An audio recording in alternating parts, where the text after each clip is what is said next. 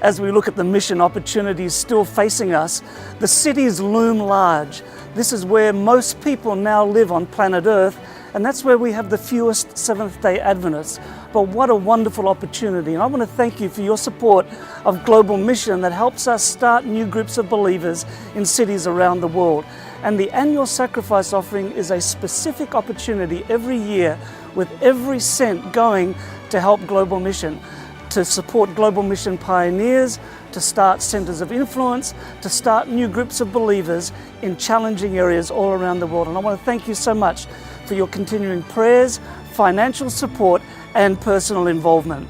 Let's go visit a Global Mission pioneer now.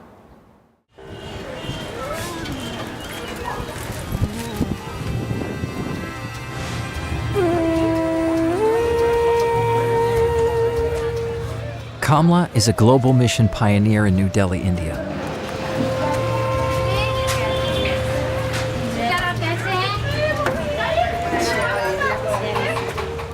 Global Mission pioneers are sent out to start new groups of believers in unreached neighborhoods. Kamla speaks the language. She knows the culture. She mingles with the people.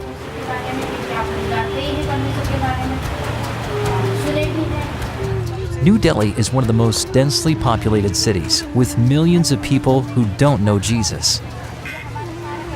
This is a challenging area to spread the gospel. Over time, Kamla has made friends in her community. Her relationships have allowed her to share her Christian faith. By God's grace, people have been open to the gospel message and want to learn more about Jesus.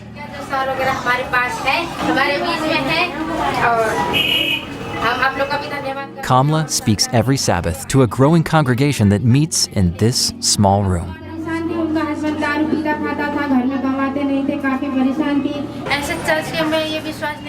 Initially, there was no organized group here. There were just some people scattered around here and there. I used to pray to the Lord to give me a congregation here. Slowly, people started coming to listen to the message that I presented. Kamla visits people in their homes to talk and get to know them. Through relationships and word of mouth, this group has grown from a small few to a crowded room. I take my children to school, and after that, I take some of the ladies from my congregation with me, and we go to different houses where the needs are. Maybe the need for prayer, the need for visitation, the need for conversation, because they are all feeling down. That's how I do it.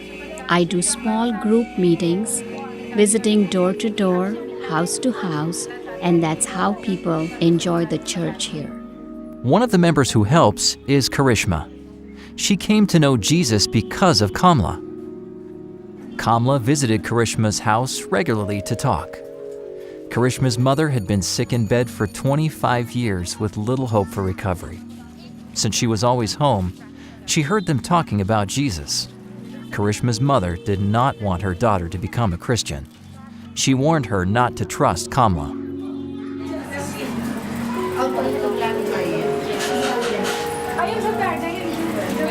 Karishma didn't want to upset her mother, but she truly believed the Adventist message. So she went against her mother's advice and was baptized.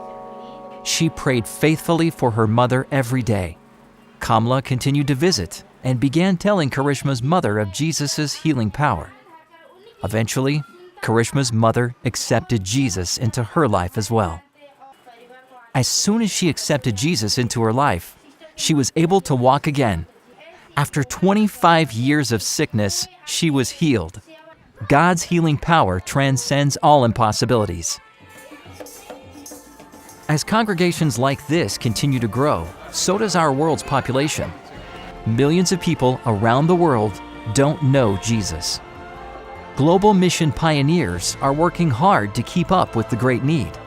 Please pray for Global Mission pioneers like Kamla who are sharing Jesus' love. Thank you for supporting Mission.